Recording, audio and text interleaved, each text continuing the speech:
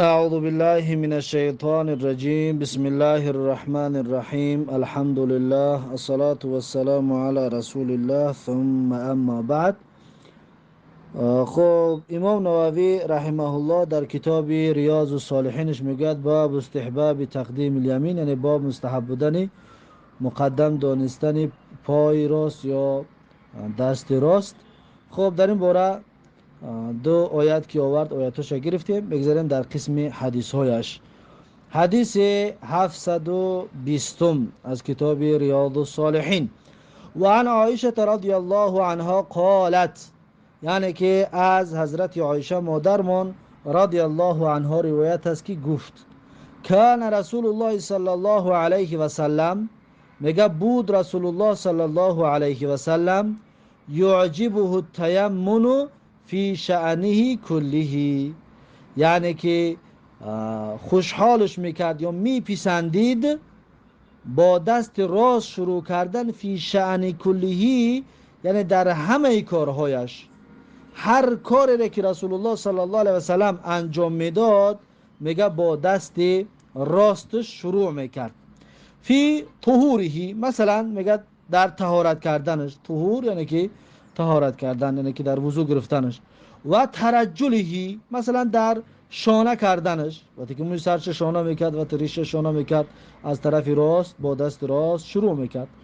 و تنعلهی، یا پوشیدن پاپوشی، وقتی پاپوشی میپوشید رسول الله صلی الله علیه و سلم با دست راست با پای راست پاپوشیش میپوشید. پس پیغمبر صلی الله علیه و سلم در کارهای خوب، در کارهای تکریم و تشریف چیکار میکرد؟ با دست راست یا با پای راست شروع کردن دوست میداشت. حدیث متفق علیه است. بعد از این حدیث 721: و عنها قالت، یعنی که از حضرت عایشه رضی الله عنها روایت است که گفت، حضرت عایشه میگه گفت که كانت ید رسول الله صلی الله علیه و سلم یمنا لطهوره و طعامه، میگه بود دست راست رسول الله صلی الله علیه و سلم لطهوره، یعنی برای طهارت کردنش. پیغمبر صلی الله علیه و سلم طهارت میکرد با دست راستش. و طعامه، و دست راست رسول الله صلی الله علیه و سلم برای طعامش بود، وقتی طعام که میخورد با دست راست شروع میکرد. و كانت اليسرى لخلائه و ما كان من اذن، میگه که و بود دست چپ رسول الله صلی الله علیه و سلم لخلائه، یعنی برای حاجت خونهش، و ما كان من اذن، و هر آنچه که بود از آلودگی ها، از غژدی ها. پس پیغمبر صلی الله علیه و سلم میگه دستی چپش استفاده میبرد در اذن، یعنی که در آلودگی ها و غژدی ها. پس دست راست برای کارهای خوب و مثل طهارت کردن و طعام خوردن و اینها، و دست چپ باشد برای چی؟ کارهای ناشایسته و کارهای آلوده و کارهای ناخوب. حدیث صحیح، حدیث صحیح است. رواه ابو داود، این حدیث ابو داود روایت کرده گی و غیرش همچنین به اسناد صحیح، اسنادش اسناد صحیح است. بعد از این حدیث 722: و عن ام عطیه رضی الله عنها ان النبي صلی الله علیه و سلم قال لهن في غسل ابنته زینب رضی الله عنها. از ام عطیه رضی الله عنها روایت است که پیغمبر صلی الله علیه و سلم میگه گفت برای ویها، برای وی یعنی ام عطیه و برای دیگرها گفت که فی غسلت ابنته، در حالت غسل دراندن دختر پیغمبر صلی الله علیه و سلم زینب رضی الله عنها، یعنی که غسل میت را که انجام میدادن پیغمبر صلی الله علیه و سلم ام عطیه را و زنکایی که قدیش بودن گفت که ابدأن بمیامینها، ابدأن یعنی که شروع بکنید شما بمیامینها، یعنی به طرف راستش، از سمت راستی حضرت زینب شروع بکنید شستن میت را. و مواضع الوضوء منها، و همچنین جایهایی، یعنی که شروع بکنید از اعضای طهارت را از اعضای طهارتی حضرت زینب شروع کردن، یعنی که اول طهارتش بدراننده و مواضع الوضوء منها، یعنی که جایگاهی طهارت میکردگی همون حضرت زینب را اول چکار کنید؟ بوشید، اما از دست راستش. این حدیث متفق علیه است. حتی ببین که یک کسی دیگر هم غسل میت که میدرانی باید چکار کنی؟ از دست راست شروع بکنی. حدیث متفق علیه. بعد از این حدیث 723 و عن ابی هریره رضی الله عنه ان رسول الله صلی الله علیه و سلم قال، میگه که از ابو هریره رضی الله عنه روایت است که هر آینه رسول الله صلی الله علیه و سلم گفتند اذا انتعل احدكم فلیبدأ بالیمنا. اذا انتعل یعنی که هنگامی که پاپوشی بپوشد، کفش بپوشد، احدکم هر یکی از شما، فلیبدأ بالیمنا پس شروع بکند با پای چپ. یعنی که پوشیدن نعل را، پوشیدن کفش و پاپوشی را پس شروع بکند میگه با پای چپ. و اذا نزع فلیبدأ بالشمال، و هر گاهی که نزعش بکند یعنی برارد اون پاپوشی پوشیدگیش را، اون کفشایش را، فلیبدأ بالشمال پس شروع کند برآوردن را از پای چپ، از پای چپ ببرارد اون پاپوشیش را. لتکن الیمنا اولها لتکن الیمنا اولها، تا اینکه باشد میگه پای چپ اولش، اولینشان پای چپ باشد. تو نعلو، نه پای راست، یمنا.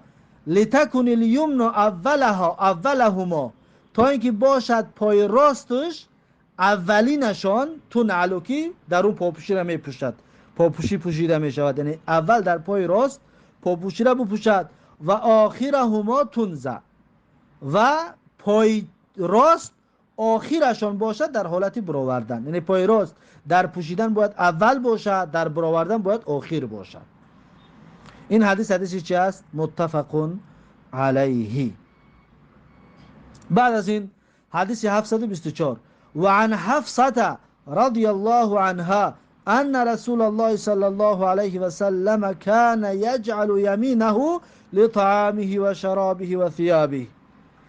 یعنی که از حفصه مادر مؤمنان رضی الله عنها همچنین روایت است که رسول الله صلی الله علیه و سلم بود یجعل یمینه، یعنی که میگردان پای راستش را یا دست راستش را لطعامه و شرابه و ثيابه، برای طعامش، برای شرابش، برای ثيابش، یعنی برای خوردن دست راست، برای نوشیدن دست راست، برای پوشیدن دست راست. چه پیغمبر صلی الله علیه و سلم یجعلو میگردان، نمیتونه بگیم که یجعلو به معنی استفاده میبود، یستفیدو، یعنی استفاده میبود پیغمبر صلی الله علیه و سلم دست راستش را در طعام و شراب و ثياب.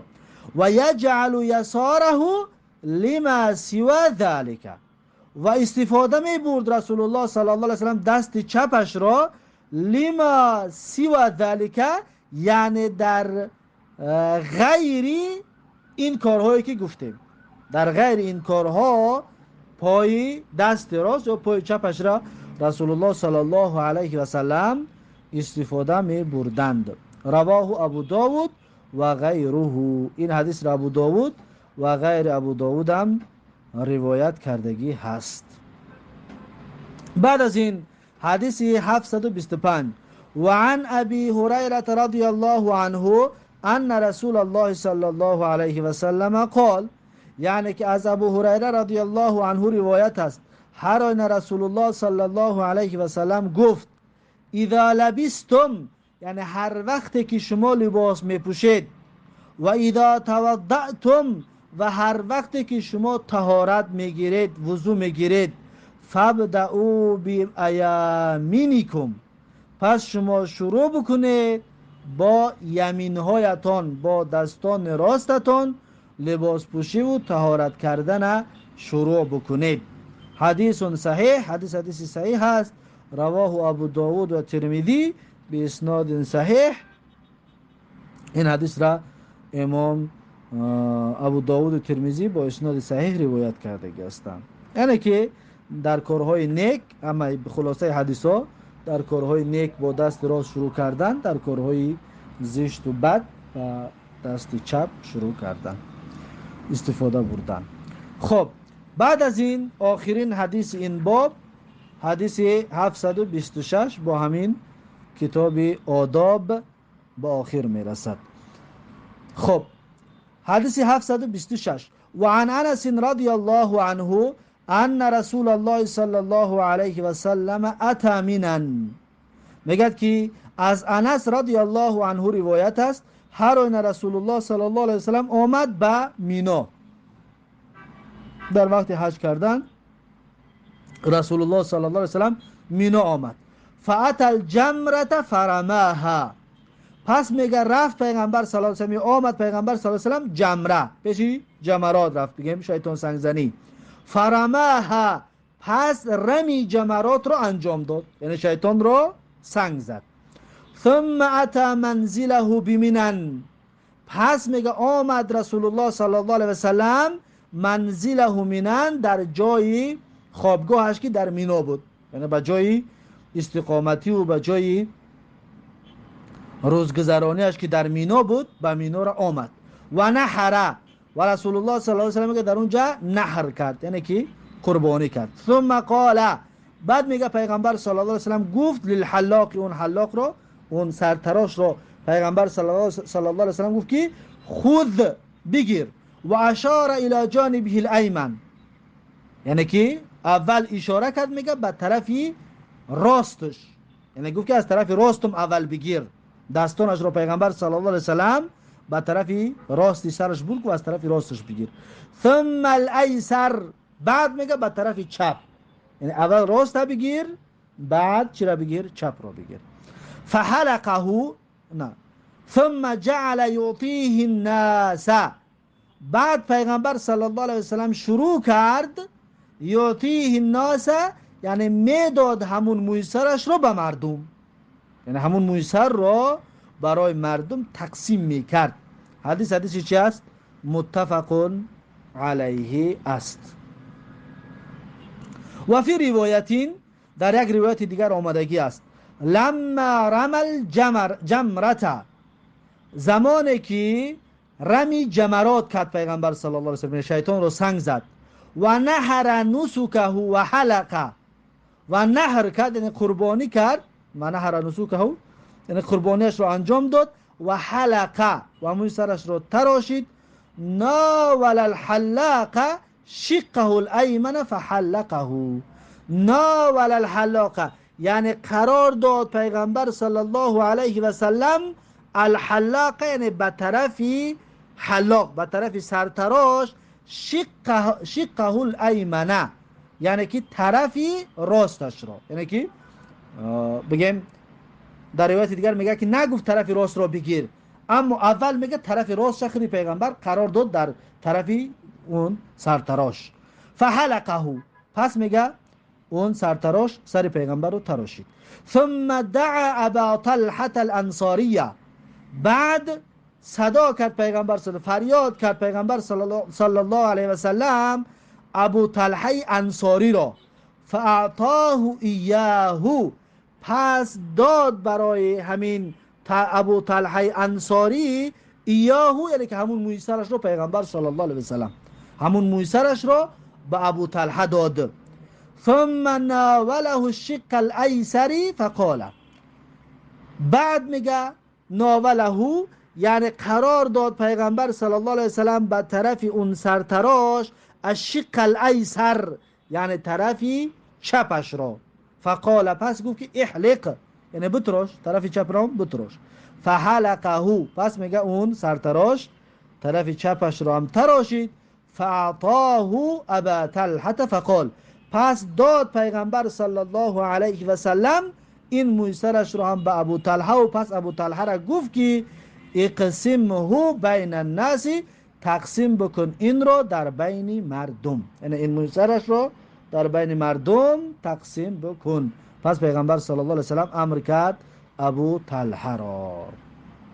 خب با همین کتاب ادب به آخر رسید و کتاب آداب به آخر رسید و همچنین این فصل آخران در خانه باب مستحب بودن مقدم قرار دادن دست راست یا پای راست، این هم در کارهای خیر، این هم به آخر رسید. بعد از این کتاب و ادب طعام هست، کتاب در مسئله آداب طعام خوری و آداب غذا خوردن که چکار کردن در کار است و چی گفتن در کار است و دعاها و خلاصه در بالای غذاخوری و طعامخوری و نوشیدن این چیزها هر مسئله که هست ان الله در این کتاب ذکرش میکند. این درس را درس آینده خواهیم گرفت، کتابی آداب طعام را. این بود درس امروزمون. با همین درس امروزه را به پایان میرسونم تا درس آینده. الله حافظ و مددگار. بارک الله فیکم و جزاکم الله خیرا و السلام علیکم و رحمت الله و برکاته.